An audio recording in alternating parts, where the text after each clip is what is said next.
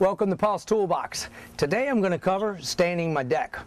And I'm going to use Rescue It. I really like this stuff. I looked at it on a few different decks, and it's not too rough where you can't walk on it barefoot, but it has a good grip to it, and it's a thick coating that goes over your deck, so it's better than just a regular stain.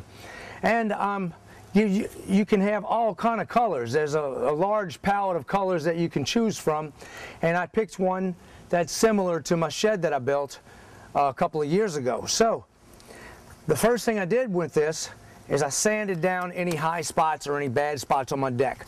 This is a Makita sander, and it works real well. It's a 5-inch disc sander. You can use any kind of sander you want, but I really like this one to knock down heavy stuff. I have 24 grit paper on here, so it can knock things down. If you have toe stubbers where your old boards are cupped, you can knock those down and then put this on top of it. So I went around and sanded the various spots that looked bad. I always suggest to go around, if it was nailed, with your hammer, make sure that you pop any nails that could be sticking up or look like they're above the surface at all. Tack them down. Once you do that, you want to pressure wash your deck or really clean it well. Now this deck I pressure washed not that long ago, so I didn't pressure wash it again. I went back with Olympic deck cleaner, and this deck cleaner has a high concentrated bleach in it, so watch your clothes. It works real well though. I sprayed it on, cleaned it all off. Everything's ready. Now I'm going to go ahead and start with the Rescue It. We're ready to go ahead and start staining. So what I'm going to do is take my brush and cut in all the areas that I need to cut in on, because I do have pavers that are butted up against my wood, and I don't want to get any of this stuff on my pavers. You can see this is pretty thick stuff. I have to cut this in because I don't want to get any of this on my pavers, that's for sure. Once I get past this, it's going to be easy street putting the roller to it. And you see what you want to do is get it in these grooves good. Cover all of that and any of these thick spots. You see where I have spots with cracks? I'll just cover those up with a coat. Knot holes, anything like that, put a coat on it.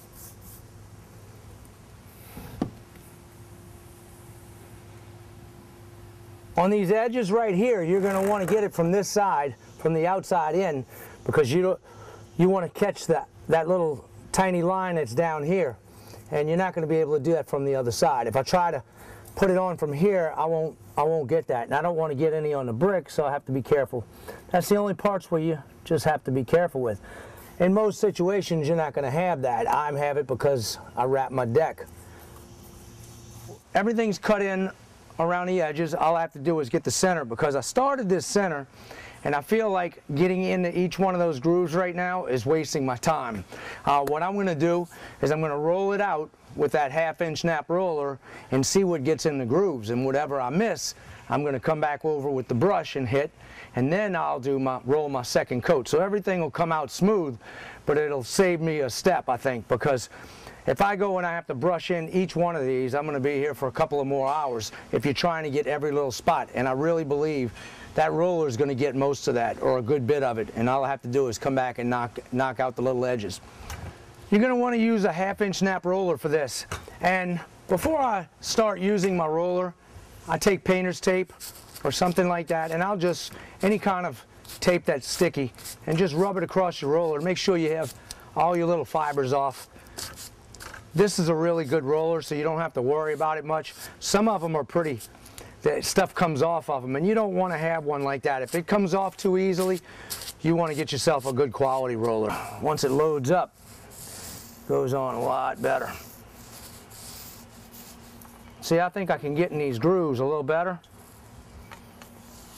And then I can just come back over and hit some spots that I missed.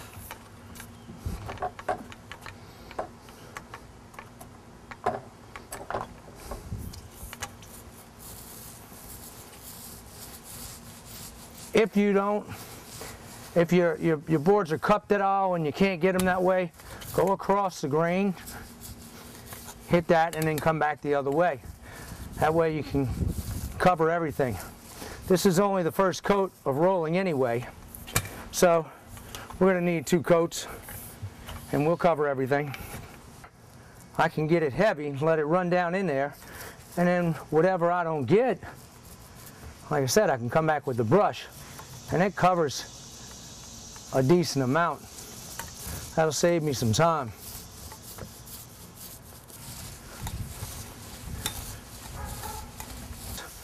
I take that roller and I'll set it in the groove and just run it down.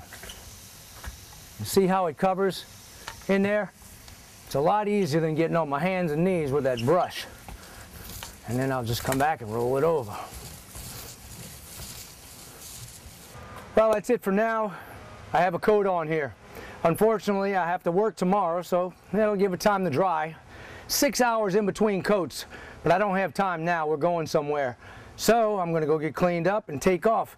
I'll take care of this day after tomorrow. I'm back, and I didn't want to bore you with the second coat of this. I recoated it 6 weeks ago.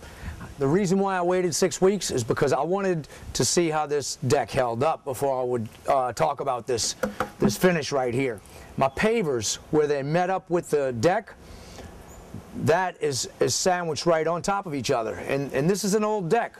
So the moisture was getting in between that and staying in there and coming from underneath that latex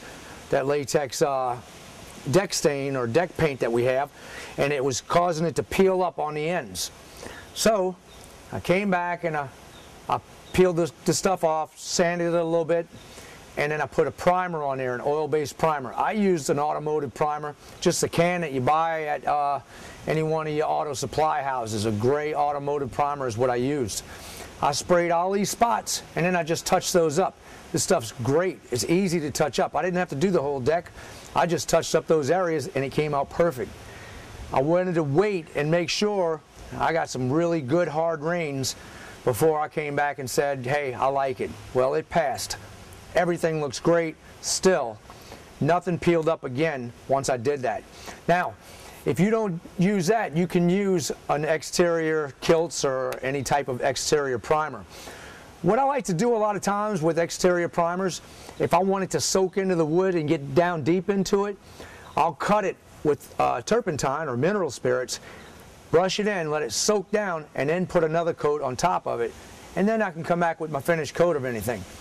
If you have any spots that you think may give you trouble, go ahead and prime it before you put this stuff on, because it is a latex base. But this stuff works great. My deck looks awesome. It's 6 weeks later. I have some stains in it from the leaves because, like I said, we're into fall now, and the leaves are falling all over my deck, and with the rain, they made stains. I'm going to show you. Those stains are easy to take out. I used a deck cleaner that I had left over, Olympic deck cleaner, put it on there, and it's really, the main ingredient is bleach in that. Poured that on a spot, I hit it with my broom, and came right up. So I'm going to go ahead and clean this deck, and I'll show you how good it looks after that. Here's a stain, and I have a few of them on there. It's from the leaves. It stained my pavers a little bit too. Not a big deal.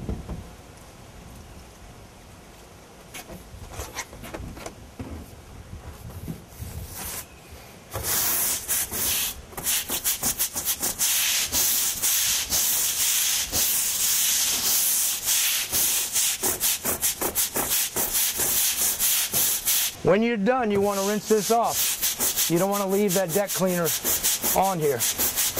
You can leave it on for 10 minutes or so, but I'd take it off after that. All I have to do is come back and rinse it off.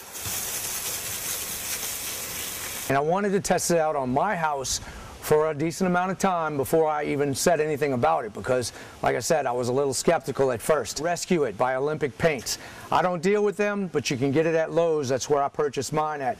And some paint supply houses probably have it.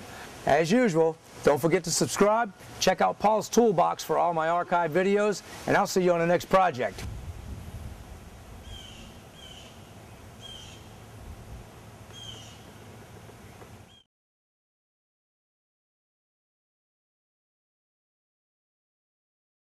If you follow any of my videos, you'll know I always use Savage tape measures. This is Savage by Swanson Tool Company. That's their professional grade tools.